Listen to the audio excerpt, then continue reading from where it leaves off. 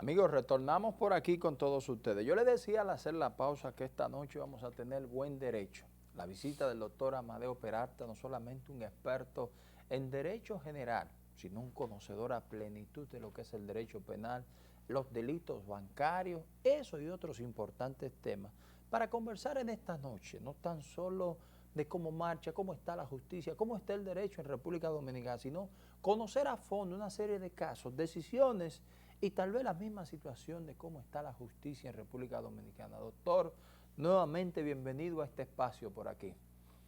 Agradecido de la invitación y feliz noche para todos. Eso es así. Doctor, recientemente me llamó poderosamente la atención un interesante artículo que usted publicaba de acoso sexual precisamente en lugares de trabajo por parte del jefe o de otros empleados que pudieran ocurrir. Se ha presentado recientemente un escarceo, específicamente ante una situación que supuestamente en la Cámara de Cuentas hay algunas situaciones que están siendo cuestionadas. Una denuncia que llegó ante los presidentes de la Cámara de Diputados y el presidente del Senado, supuestamente de 3 magistradas que se están quejando por situaciones de diferentes magnitudes. Pero tal vez no es ese caso, porque apenas son simples rumores que tenemos hasta este momento. Pero ahora, viendo desde la óptica jurídica, ¿qué significa o qué conllevaría el acoso sexual en lugares de trabajo, sea por su jefe o sea por otro empleado, doctor? Sí, el tema del acoso sexual es un tema que ha venido muy arraigado en el país.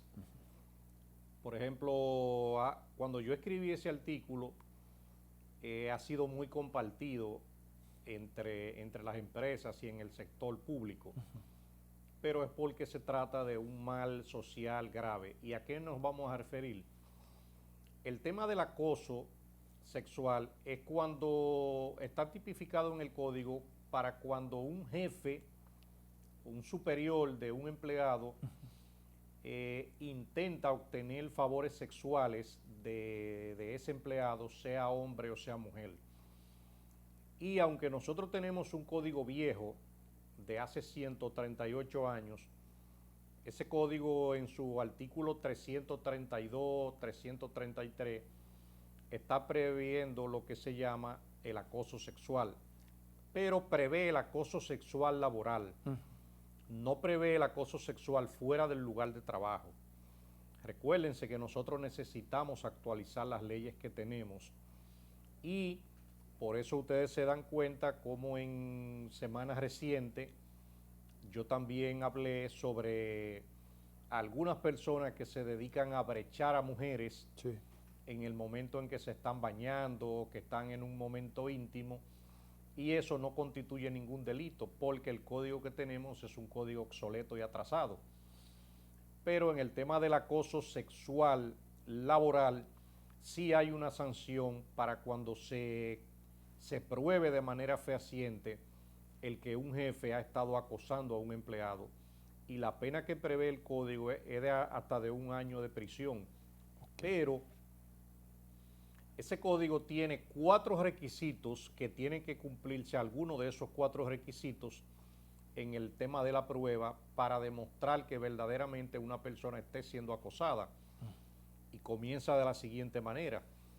Dice, cuando a una persona, un empleado, que resulta ser un empleado por parte de su superior, se le da una orden, se le realiza un constreñimiento, se les realiza una intimidación o se les realiza un ofrecimiento con fines de obtener una gratificación sexual, eso constituye acoso. Ahora, ¿cuál es el desglose de eso?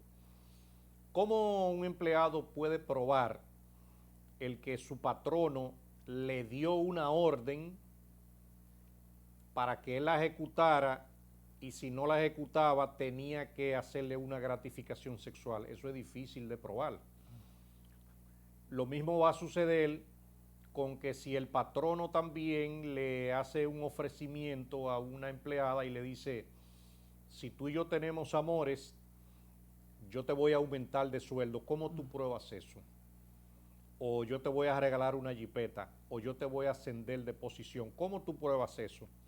Y por eso ustedes se dan cuenta que en la justicia Dominicana ni hay una condena prácticamente, ni hay casos, porque el sistema de la prueba es muy riguroso con ese tema.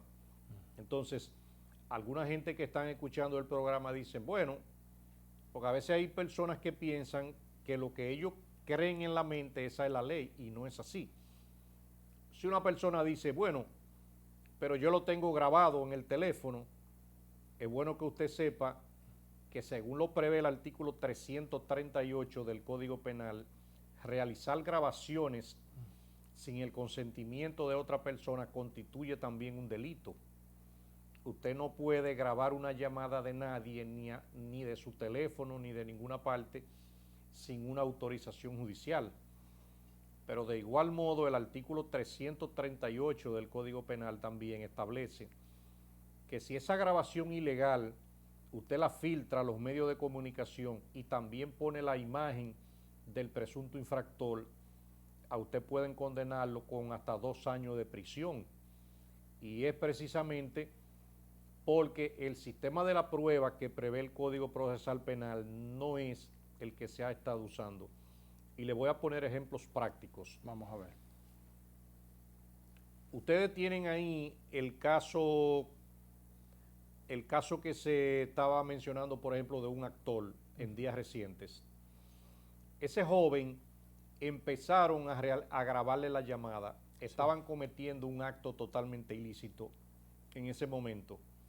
Y fíjate que él estaba a lo mejor en el preámbulo de cometer un delito, Sí. pero no dejaron que él lo cometiera porque lo dañaron con el tema de la prueba. Ese joven le grababan la llamada e inmediatamente esa llamada la publicaron a través de algunos medios de comunicación.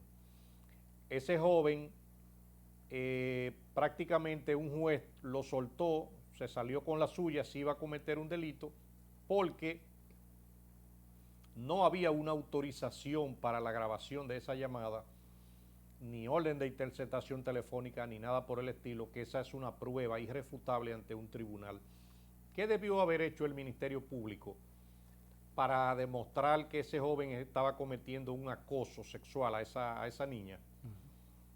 Debió haberle solicitado al juez de instrucción una orden de interceptación telefónica y una orden también de extracción de los datos de WhatsApp del celular de ella y del celular de él. Entonces, con una certificación también de la compañía telefónica que certificara que ese celular pertenece a ese joven y que a lo mejor el celular de la niña pertenecía a la madre, ya esas son pruebas con las cuales se puede sostener una medida de coerción más favorable. Como nada de eso se hizo. Doctor, perdóneme, pero en esas condiciones que usted explica jurídicamente, ¿y cómo un hecho que pudiera pasar así entre una niña y un adulto pudiera presentarse algún tipo de prueba así? Hasta previamente para eso debe haber una autorización de un juez, doctor. Lo que sucede es que en este momento estamos dándole una orientación jurídica de qué prevé la ley. Muy bien. Y es precisamente para que casos que pueden tener éxito no se dañen. Okay. Y en ese mismo ejemplo, yo también le diría, si el Ministerio Público hubiese tenido una orden de intervención telefónica y de extracción de datos del celular del joven y de la niña, Sí. a ella le hubiesen podido permitir, por ejemplo, que saliera de su casa en horas de la noche como él intentaba convencerla. Muy bien. Pero todo eso bajo supervisión del Ministerio Público y de la policía.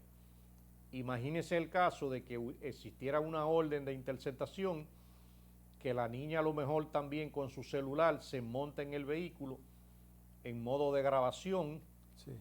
Y si el joven en ese momento le hace cualquier propuesta indecorosa, o la agarra, o intenta besarla, o intenta llevársela a algún sitio, el Ministerio Público en ese momento actúa.